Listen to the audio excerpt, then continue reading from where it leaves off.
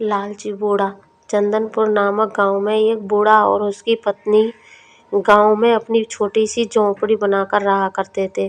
दोनों बहुत ही बूढ़े हो चुके थे, लेकिन बूढ़ा बाबा बहुत ही घमंडी था। वही बूढ़ी अम्मा बहुत ही दयालु थी।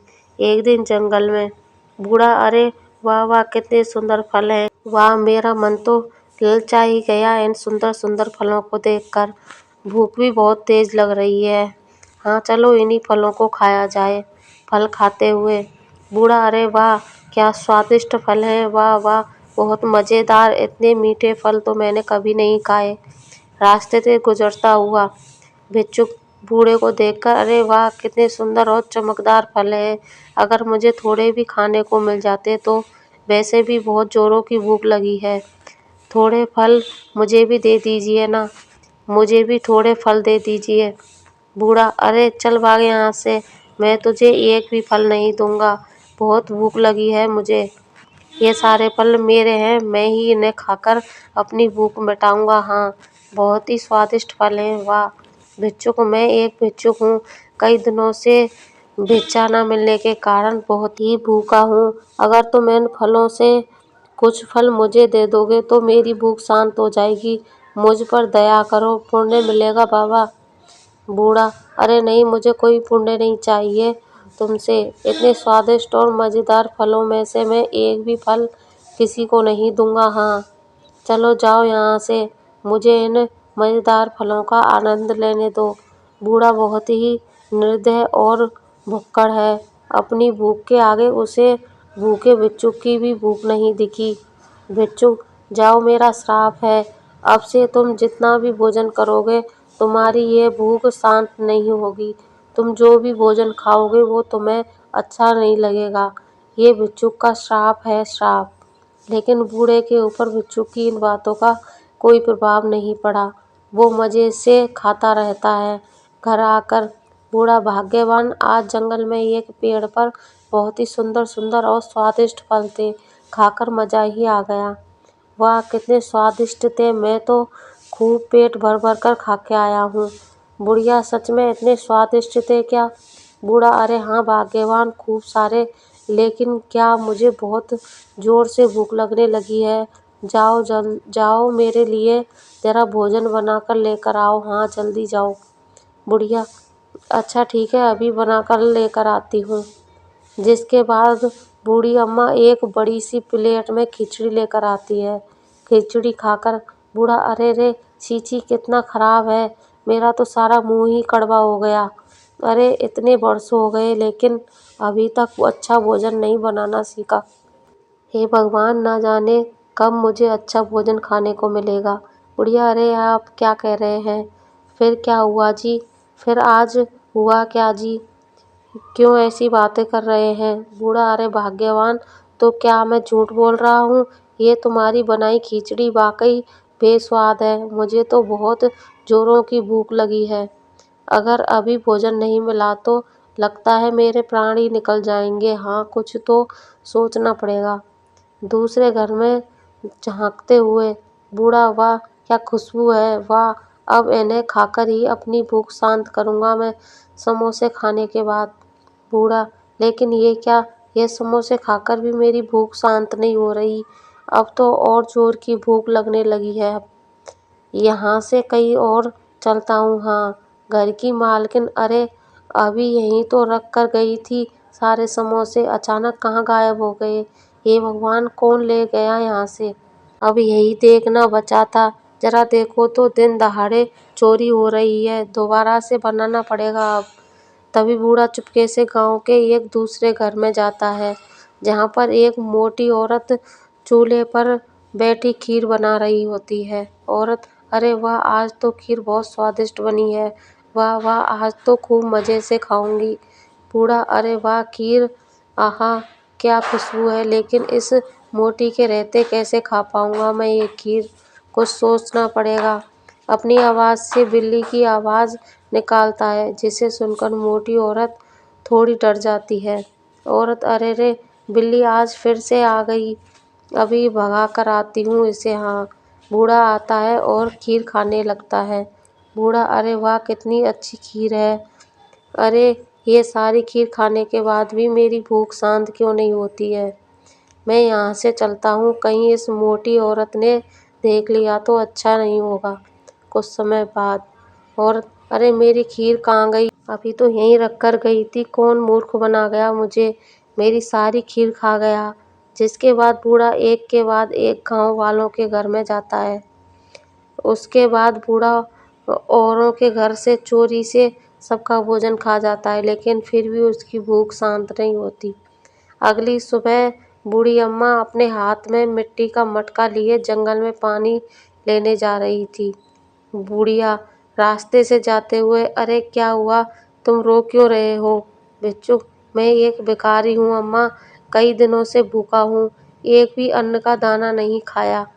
अब तो शरीर में इतनी भी शक्ति नहीं बची कि मैं यहाँ से कहीं जाकर किसी से भोजन मांग सकूं।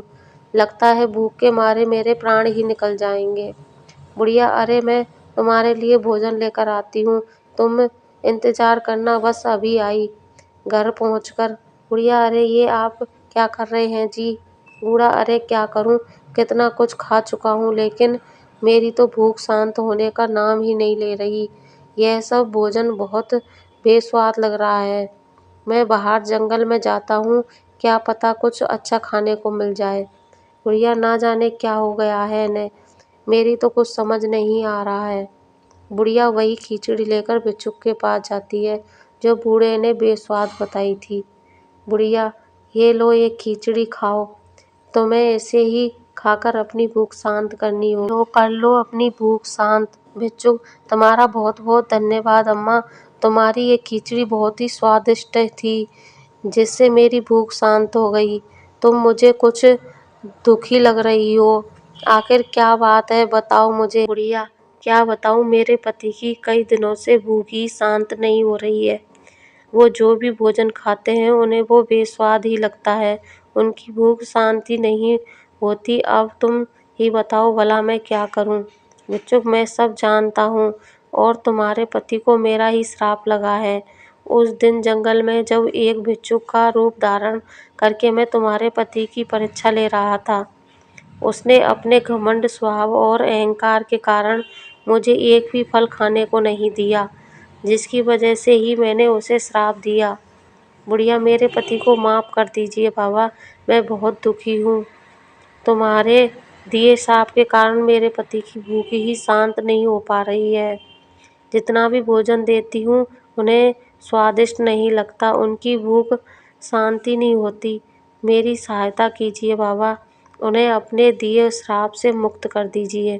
साधु, मैं तुम्हारी पीड़ा समझ सकता हूँ, तुम बहुत ही दयालु नेक दिल स्त्री हो, लेकिन अब मैं अपना दिया श्राप वापस नहीं ले सकता। लेकिन हाँ, तुम्हें एक मार्ग जरूर दिखा सकता हूँ, जिस पर चलकर तुम्हारे पति को मेरे श्राप से मुक्ति मिल जाएगी, लेकिन वो मार्ग कठिन होगा। बुढ़िया, मेरी सहायता कीजिए बाबा, मुझे वो मार्ग दिखा दीजिए, मैं अवश्य उस मार्ग पर चलकर अपने पति को आपके दिए श्राप से मुक्त करवाऊंगी, चाहे वो मार्ग कितना ही कठिन क्यों ना हो। साधु, ठीक है, फिर तुम अभी रुको। जिसके बाद बाबा के हाथ में अचानक से एक लाल रूमाल आ जाता है। बाबा अपने हाथ में लाल रूमाल को जैसे ही दूर फेंकते हैं, वहाँ पर बहुत ही सुंदर गाय आ जाती है। साधु, ये जादुई गाय है, तुम्हारे पति की भूख शांत इसी गाय के द्वारा होगी। इस गाय का दूध बहुत ही चमत्कारी है, अगर इस गाय से प्राप्त दूध तुमने अपने पति को पिला दिया तो उसे मेरे दिए श्राप से मुक्ति मिल जाएगी, लेकिन ये कार्य बहुत ही कठिन होगा।